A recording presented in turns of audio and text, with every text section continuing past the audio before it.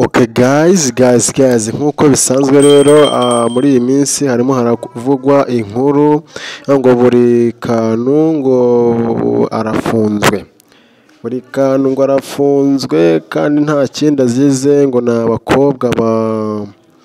abakobwa nyine bari baje nyine ngo bazajye bakorana ngo ma video ngarangije ngabasaba ngo kuri buncence, noneho basabye kuri buncence hanyuma ngo baramwima, ngo bamwimye ngo ngahitamwo ngo kubafungirana. Ngo niko bakobwa barahise bahamagara kuri RIB nyine, barangije nyine baza guhita bamutora ukamwiyumviraho gakeya uko bimeze. Cyakora ab'influencer murakennye, umuntu w'umugabo wubatse ufite n'abana, umuntu araza akavuga ati ngiye kugurira akawunga k'ibihumbi 20 usebye buri kantu ngo buri kana kina. Cyakora amahirwe nagize ubu nyine mu mpaye akazi. Ubwo bugambo bwose mwavuze, ibyo bintu muvuga muzi ko mugiye kunyanga muri kunsebya, mfite uruganda njyamo nkabivugiraho rugahita rumprintingira amafaranga ngewe. Ubu nyine mu mpaye akazi nakuneze nagirana. Reka ngene nyine duhurire kuri buri kantu na buri nguni nkorera amafaranga, nta kundi nyine niko mwabipanze, reka nkorera amafaranga mwese na ariko raza ako gara zuko bwasaze bwa ariko wowe n'umuntu wagoye amafaranga mwabakene mwe mwese ko muri batatu duhurire kuri YouTube neze ndagirana. Aka ni akavideo rero witwa buri kantu yaje kugira gutya. Mwabyumvire rero ukuntu nawe yaratangiye, ubu tuvugana ari mu maboko atarayiwe.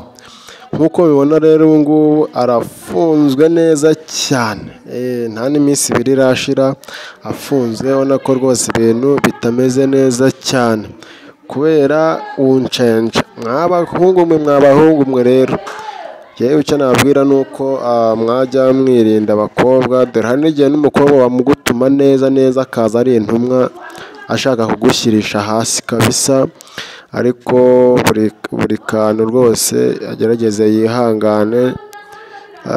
yihangane kabisa. Nyine abagabo nyine niko nyine biba bimeze nyine, ariko nyine nta kundi, ariko ni danje kabisa, ntabwo byoroshye. Kanze nongeye mbashyira kandi gace mwiyumvire ibyo yararimo hano.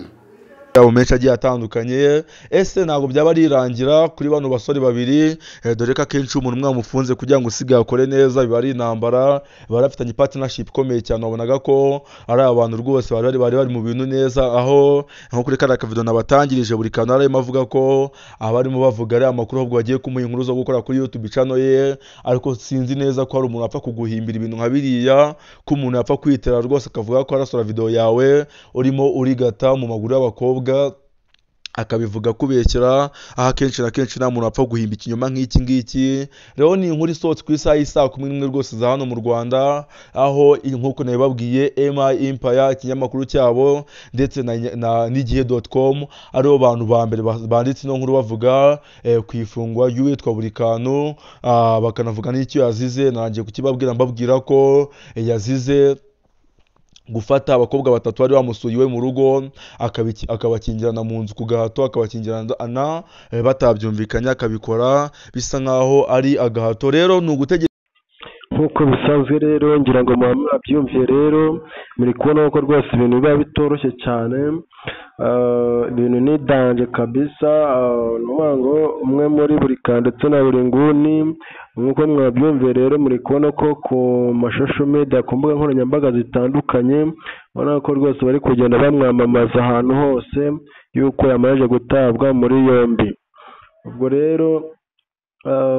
rero icyo nababwira ko rwose abakobwa rwose mwabahungu abasore mwe mujye mwinda ko abakobwa babasura mu mageto yanyu, kubera yuko abakobwa hari igihe umukobwa agusura agira ngo akwihambire cyangwa agira ngo agushyire ku isura itari nziza rwose, akwambika isura nyine ya hatari.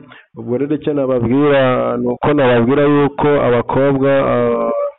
abakobwa abasore nako mwajya mwirinda abakobwa, kubera yuko abakobwa atari beza cyane, abakobwa ntabwo ari beza cyane. Umukobwa ashobora kuba ashaka kugusenya akaza kugusura, mwaryamanaho rimwe agahita akubwira ati ntabwo ndi butahe, cyangwa se yakaza akanakwanduza n'ibirwara, cyangwa nyine baba bafite nyine utundi tuntu nyine baba bagendana, cyangwa akaza agira ngo nyine agufungishe, nyine aricyo kintu nyine yagambiriye. Ubwo rero aricyo kintu cyabaye kuri uyu muhungu muri kubona kuri nuze yanyu, muri ino taburo yanyu.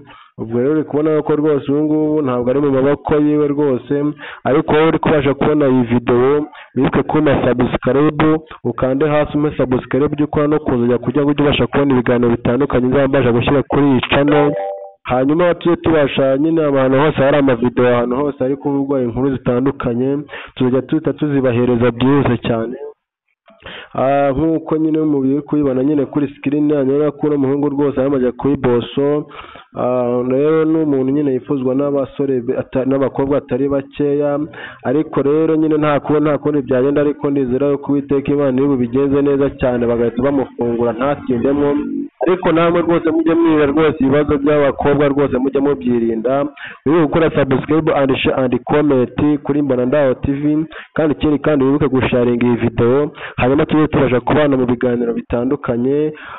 Nk'ibisanzwe rero ni Mbonandaho TV, ndabakunda cyane. Ciao ciao, twongere guhura nimugoroba.